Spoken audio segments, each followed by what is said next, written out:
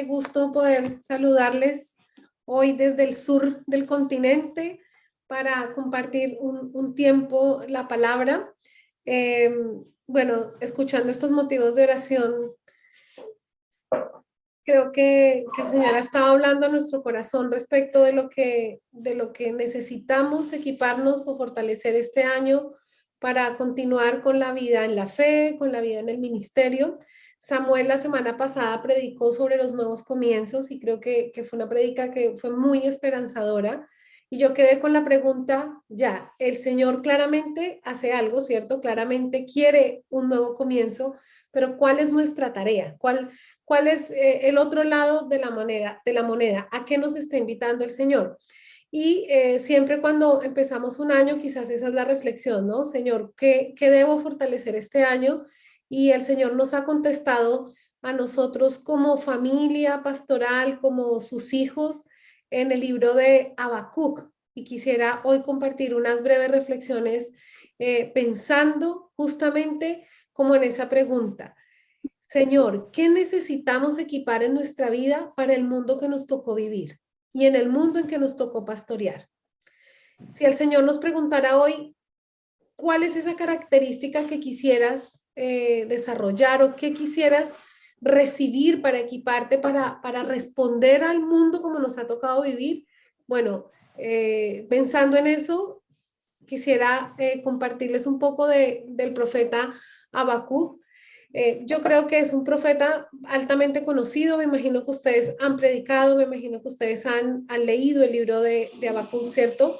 Y sabemos que el libro de Habacuc empieza de una manera muy interesante, porque por lo general en el capítulo 1, perdón un segundito ya, en el capítulo 1 vemos lo siguiente, la profecía que vio el profeta Habacuc, verso 1 del capítulo 1. ¿Hasta cuándo, oh Señor, clamaré y no oirás? Y daré voces a ti a causa de la violencia y no salvarás.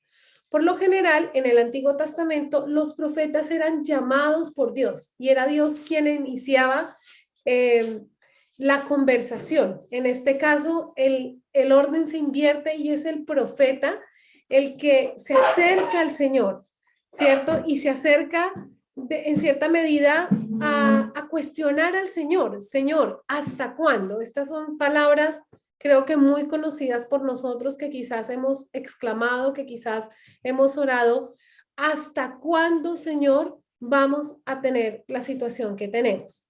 Recordemos que este profeta era también levita, era un hombre de Dios. Estamos escuchando, estamos leyendo el diario de un siervo del Señor, un hombre que hablaba la palabra del Señor, que alababa al Señor. Y el libro empieza con unas palabras conocidas para nosotros. ¿Hasta cuándo? ¿Cierto?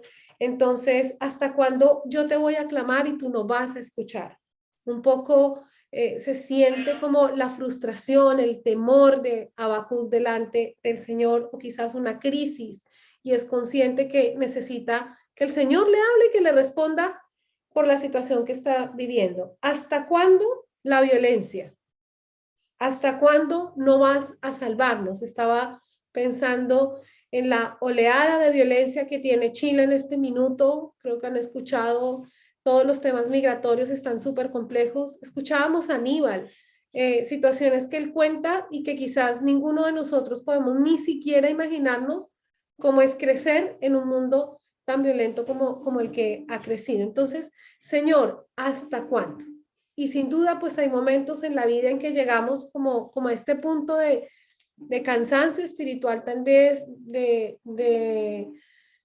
la necesidad de que el Señor pues nos hable y nos dé una respuesta. Así que encontramos en este capítulo 1 a un hombre de Dios, a un hombre que predica la palabra de Dios, que alaba al Señor y que levanta su queja delante del Señor. Me encanta que el libro empiece así. Me encanta porque a veces dentro de la fe cristiana y más en unas iglesias que en otras, como que el hecho de que seamos cristianos nos impide el poder reconocer que no estamos bien o el poder decir estoy cansado. Es difícil que un pastor, uno le pregunte, pastor, ¿cómo está? Y que diga, hoy estoy agotado espiritualmente y ya estoy que boto la toalla. Por lo general, nosotros no nos permitimos eso dentro de la cultura evangélica con las iglesias y creo que dentro del grupo de pastores tampoco. Y aquí estamos un grupo de siervos de Dios, de hombres de Dios, de mujeres de Dios. Creo que es un grupo de confianza, creo que a través del WhatsApp a veces expresamos, estoy enfermo, estoy cansado, pero Habacuc también nos deja un buen precedente de poder llegar delante del Señor y decirle, Señor, estoy cansado o tengo esta queja o tengo esta necesidad de que tú me digas hasta cuándo. Ahora, ¿de qué se queja Habacuc? Habacuc se está quejando de la injusticia social, ustedes pueden leer ahí el capítulo 1, y se queja del silencio de Dios. Y creo que son dos temas absolutamente relevantes para nosotros hoy. Algunos más que otros pastoreamos en entornos hostiles donde la injusticia social, la corrupción a nivel global, a nivel nacional, a nivel regional o a nivel de sector donde está la iglesia, o a veces en las mismas denominaciones, vemos injusticia, vemos corrupción, ¿cierto? Nos es difícil a veces cuando dentro de nuestro mismo entorno eclesial hay mentira, hay corrupción, hay cosas que son modelos del mundo que se copian dentro del modelo eclesial. Pero creo que una de las cosas más difíciles que podemos enfrentar como siervos de Dios es cuando el Señor guarda silencio. Y por eso Habacuc le dice, Señor, ¿hasta cuándo yo te voy a orar y tú no me vas a responder? Tú no vas a oír. Esa expresión de oír tiene el sentido y la connotación tanto de escuchar como de hacer. ¿Por qué no has hecho algo por esta situación? ¿Cierto? Y creo que es una queja nuestra, es una queja que recibimos también de los hermanos de la iglesia. Quizás ustedes como pastores han visto que a veces las personas, sobre todo las personas más nuevas en la fe, se le acercan a uno y le preguntan, bueno, si Dios es amor, entonces ¿por qué los niños sufren? Si Dios es amor, ¿por qué pasan tantas injusticias? Y es un cuestionamiento que tenemos nosotros natural, ¿cierto? Entonces, parece que Habacuc llega delante del Señor y le dice, Señor, ¿hasta cuándo tú seguirás siendo Dios, pero no respondes a lo que te estoy pidiendo, no respondes a nuestra necesidad? El lamento de Habacuc se relata entonces en un diálogo con Dios, que está en el capítulo 1 y en el capítulo 2, en donde Habacuc pregunta y el Señor le responde. La pregunta del capítulo 1 es, ¿hasta cuándo, Dios, vas a permitir la corrupción, la violencia, la dominación de la clase alta oprimiendo al pobre? ¿Cierto? Los gobernantes en esa época se habían olvidado de las leyes de Dios, la sociedad vivía sin ética y sin moral, pese que a Dios mismo les había ordenado al pueblo de Israel ser santo porque Él es santo, pero eso se había olvidado. Y Dios decide romper el silencio después de este diálogo que inicia Habacuc y le responde. Pero la respuesta que Dios le da a Habacuc tal vez no es la que Habacuc quiere y tal vez es más grave que la pregunta misma. Y miremos en el versículo 5 del capítulo 1. Y le dice el Señor, mira entre las naciones y ved y asombraos porque haré una obra en vuestros días que aun cuando se os contare no la creeréis. Porque aquí yo levanto a los caldeos, nación cruel y presurosa, que camina por la anchura de la tierra para poseer las moradas ajenas. Y sigue narrando, ¿cierto? ¿Quiénes son los caldeos? La respuesta del Señor es que no es comprensible, ¿cierto? Señor, ¿por qué no haces algo para que la injusticia cese? ¿Por qué no haces algo para que la violencia cese? Y el Señor le dice a Habacuc, ¿sabes una cosa? No va a ser por mucho tiempo, esto va a tener un final, pero yo voy a permitir que los caldeos, que son, el mismo Señor lo dice, crueles, se levanten y disciplinen al pueblo. Entonces, pues imagínense una respuesta del Señor de esa manera, que lleguemos delante del Señor cansados, Señor, ¿hasta cuándo? Y el Señor nos responda simplemente, Va a ser por más tiempo y va a ser en manos de alguien cruel, ¿cierto? Y el pueblo va a ser disciplinado. En respuesta a la respuesta de Dios, Habacuc levanta un segundo cuestionamiento, levanta una segunda queja o levanta un segundo lamento. Y entonces Habacuc se queja, ¿por qué, Señor, tú permites que una nación mala, impía, cruel, se levante para disciplinar a una nación, entre comillas, justa, que era pues el pueblo de Israel? ¿Por qué, Señor, tú, siendo santo, permites entonces que el impío gobierne? Esta es otra pregunta que nosotros como cristianos nos hacemos todo el tiempo, ¿cierto? ¿Por qué, Señor, tú permites en nuestros gobiernos personas que son tan impías y tan opuestas a tus principios? ¿Por qué, Señor? Parece ser que para Habacuc hay una disonancia entre la estrategia que Dios tiene de permitir que los caldeos se levanten y el carácter de Dios. En el capítulo 1:12 dice, pero ¿no eres tú desde el principio, oh Señor Dios mío, santo mío? No moriremos, Señor, por el juicio lo pusiste, lo fundaste para castigar.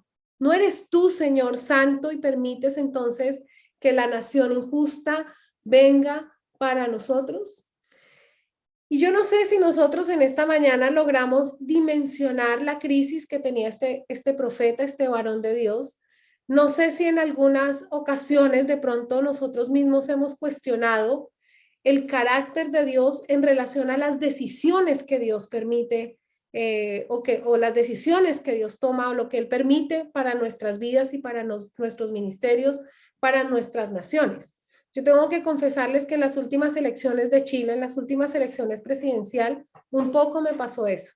Cuando anunciaron quién iba a ser el presidente de Chile, yo me senté en el sofá de mi casa y le dije a mi esposo, llevamos 9 años en Chile, y le dije, ¿será que tenemos que devolvernos a Colombia? Tuve una sensación de desasosiego y de temor muy profunda.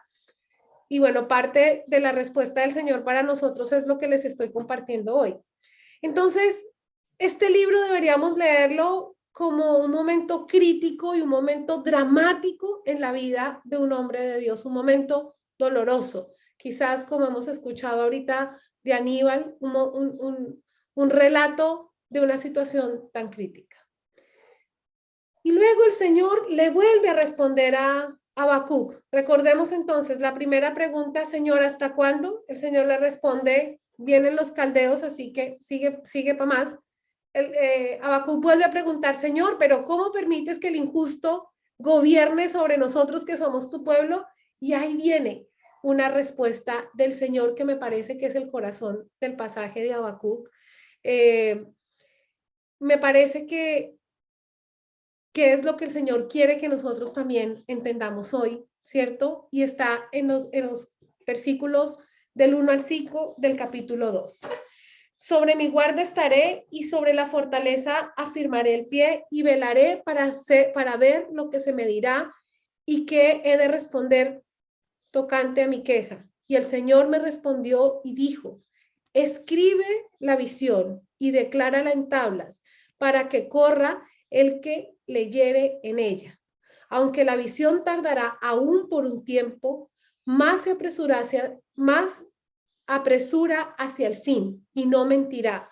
Aunque tardare, espéralo, porque sin duda vendrá y no tardará.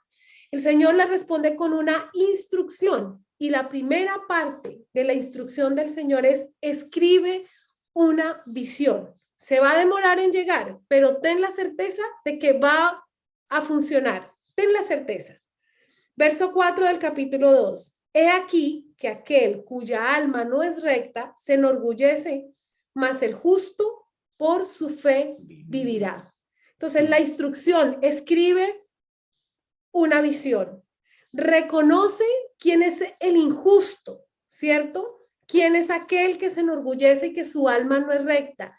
Y lo tercero, le dice estas pocas palabras: el justo por la fe vivirá.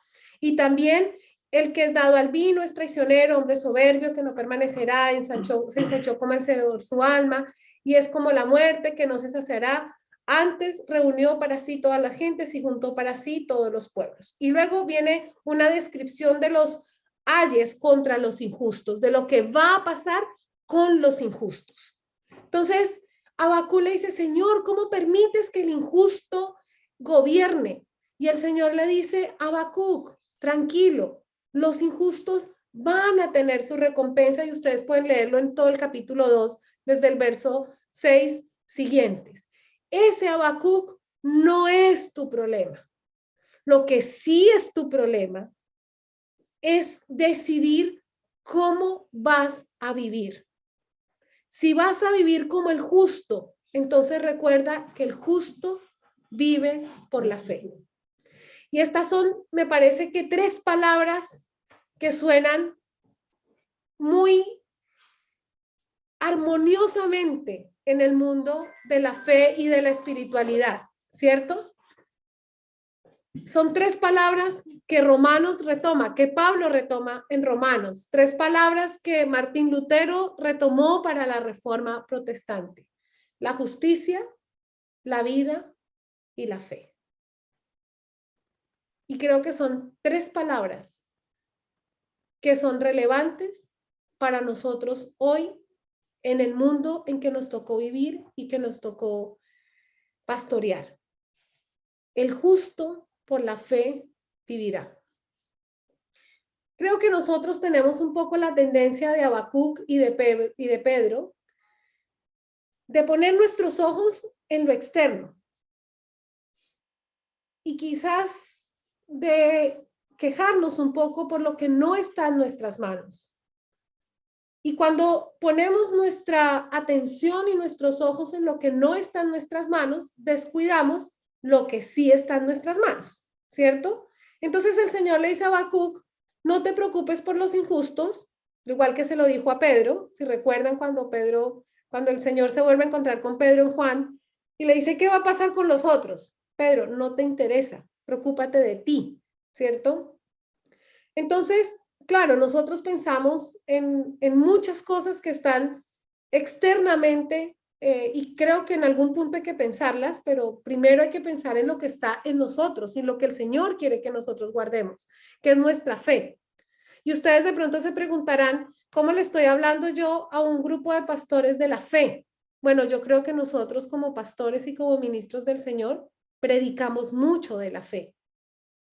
Y voy a usar una expresión y me disculpan, espero que nadie se ofenda, pero desde hace algún tiempo yo concluí que a veces, no todos, no quiero hacer un juicio de valor, pero que a veces, entre comillas, vendemos un producto que no consumimos, ¿cierto? Vendemos un producto que no consumimos. Nos es fácil hablar de la fe. Nos es fácil decirle a las personas: tenga fe. Pero debemos preocuparnos si nosotros como ministros tenemos fe, ¿cierto? Si nosotros como ministros andamos en la justicia, porque también nos es muy fácil decirle a otras personas y predicar sobre la justicia, pero debemos evaluar nuestro carácter justo, ¿cierto? Entonces Habacuc define al justo como aquella persona que aguarda en los planes de Dios porque confía en el Señor. Ese es el justo, aquel que confía en el Señor. Aquella persona que vive bajo el patrón de conducta que Dios demanda. Aquella persona que no va a hacer lo que el injusto hace. Aunque Dios le permita al injusto gobernar un tiempo, el Señor no cambia su ética. El Señor no deja de ser santo porque el injusto gobierne, ¿cierto? Y nuestro llamado no ha cambiado. Sean santos porque yo soy santo. Entonces la persona justa, el pastor o la pastora justo es aquel que aguarda en el Señor porque confía y porque sigue caminando en el patrón de conducta que Dios le manda. La fe del justo reposa en la palabra de Dios. Por eso la respuesta del Señor a Habacuc empieza con un mandato: escribe esta visión, declara lo que yo te voy a decir porque es mi palabra y es la que estamos leyendo hoy, ¿cierto? Se va a cumplir, se va a demorar, pero se va a cumplir. La fe del justo reposa en la certeza de que Dios no cambia quién es Él. Dios sigue siendo Dios, a pesar de que el injusto gobierne, a pesar de la violencia, a pesar de lo que podamos experimentar en el contexto exterior. Dios no deja de ser Dios. Dios no deja de ser santo, Dios no deja de ser todopoderoso, Dios no deja de ser nuestro proveedor, nuestro salvador. Aunque Dios guarde silencio y no responda a nuestras oraciones, Dios no deja de ser Dios. Y la fe reposa en recordar quién ha sido Dios y cómo ha obrado el Señor. En todo el Antiguo Testamento, los salmos, los profetas, recuerda quién ha sido el Señor. Entonces, la invitación del Señor para Habacuc es que Habacuc redireccione su mirada y deje de mirar un poco el contexto, deje de mirar un poco el impío, ¿cierto? Y más bien se preocupe y piense en cómo afronta desde la fe y desde su quehacer pastoral, profético, la vida o el mundo en que le tocó vivir. Y por eso el Señor lo invita: Habacuc, tú sé un hombre justo, vive y vive por la fe. Y el libro cambia absolutamente del capítulo 1 y 2 al capítulo 3. Parece que hay una revelación del Señor, una teofanía. El Señor se manifestó en la vida de Habacuc y Habacuc entonces cambia del capítulo 1 de la queja, ¿cierto? Del hasta cuándo, lo cambia por una alabanza. ¿La situación cambió? ¿La violencia cambió? ¿El impío dejó de gobernar? No. Lo que cambió fue la perspectiva de Habacuc, de la queja a la alabanza. Y es allí donde encontramos esta oración tan conocida y tan preciosa que seguramente la hemos cantado, la hemos recitado, no la sabemos de memoria. Proviene de la implicación de la conversación con Dios, de una conversación sincera, ¿cierto, Señor? Estoy aburrido, estoy cansado, pero también proviene de la revelación del carácter de Dios y de lo que el Señor tiene para nosotros. Habacuc no se vistió de una falsa espiritualidad. Le molestó algo, se frustró por algo y sencillamente llegó delante del Señor y se lo comunicó.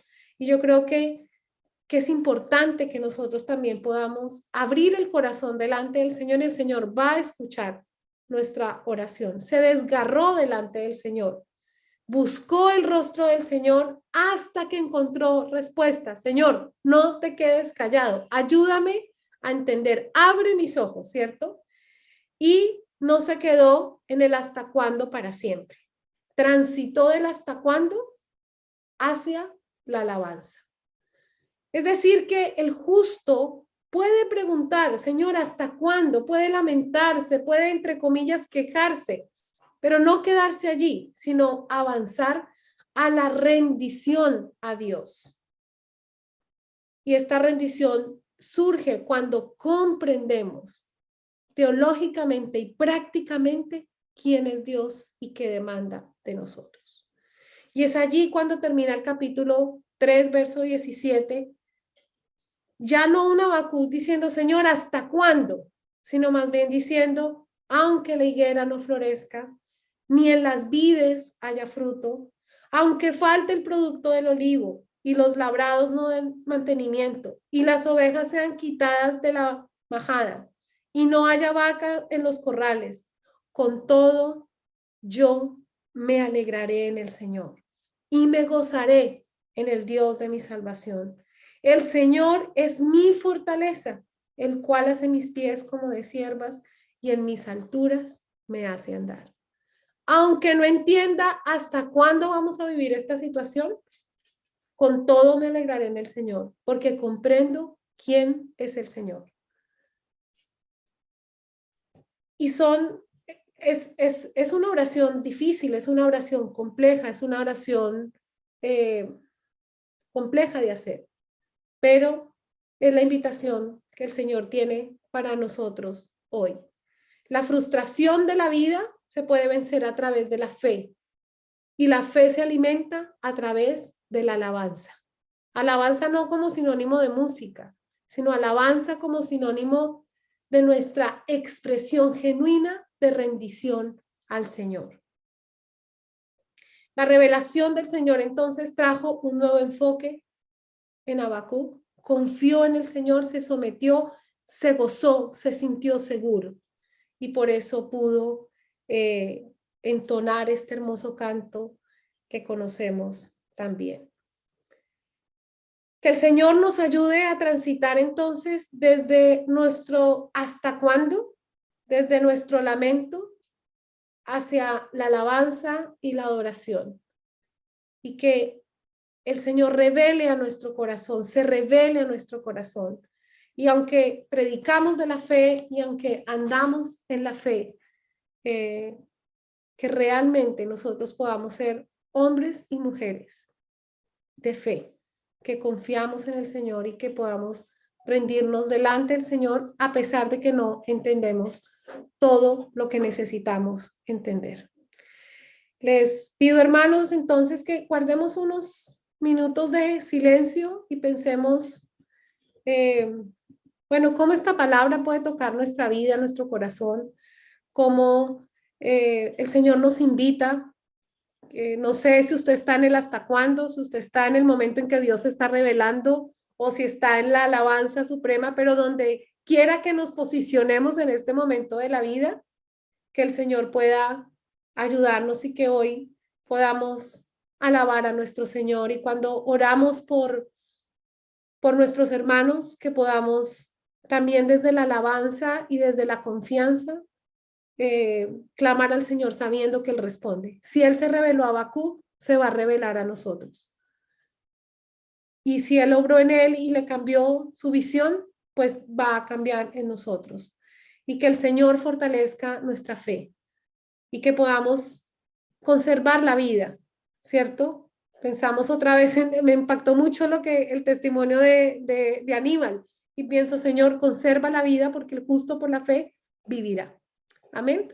Tengamos un ratito de silencio y luego voy a orar y luego vamos a ir a grupos pequeños para orar.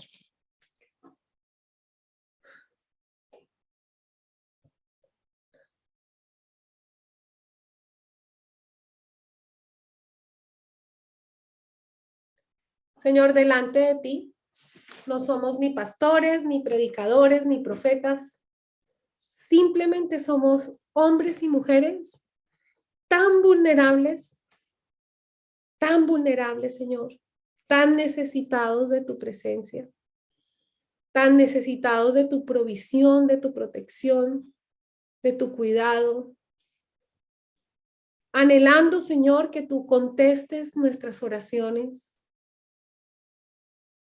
Y, Señor, yo te pido que tú sigas llenando nuestro corazón y nuestra vida y que derrame sobre nosotros, Señor, tu presencia para poder comprender la situación que cada familia, que cada persona y que cada iglesia que está aquí representada está viviendo.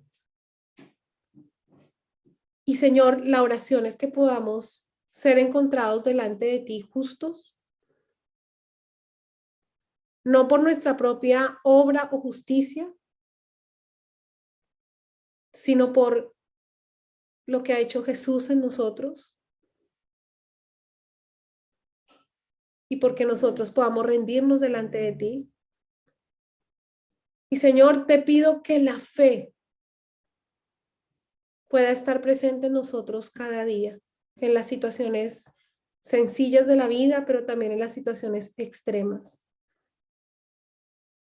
Con tantos pedidos de oración que hemos recibido en Koinonos, Señor, sin duda necesitamos que tú aumentes nuestra fe. Y, Señor, que podamos gozar de la vida eterna que tu Hijo Jesús nos ha regalado y nos permitas vivir, Señor, en fe y por la fe. Guárdanos de la falsa espiritualidad. Guárdanos, Señor, de predicar algo que no vivimos. Y te pido, Señor, que podamos cada día transitar del lamento a la alabanza y que podamos decir junto con Habacuc, aunque las situaciones sean difíciles, podemos confiar en ti. Podemos estar tranquilos porque tú estás con nosotros. Te damos gracias, Señor, por tu presencia y por tu misericordia para nosotros. Amén.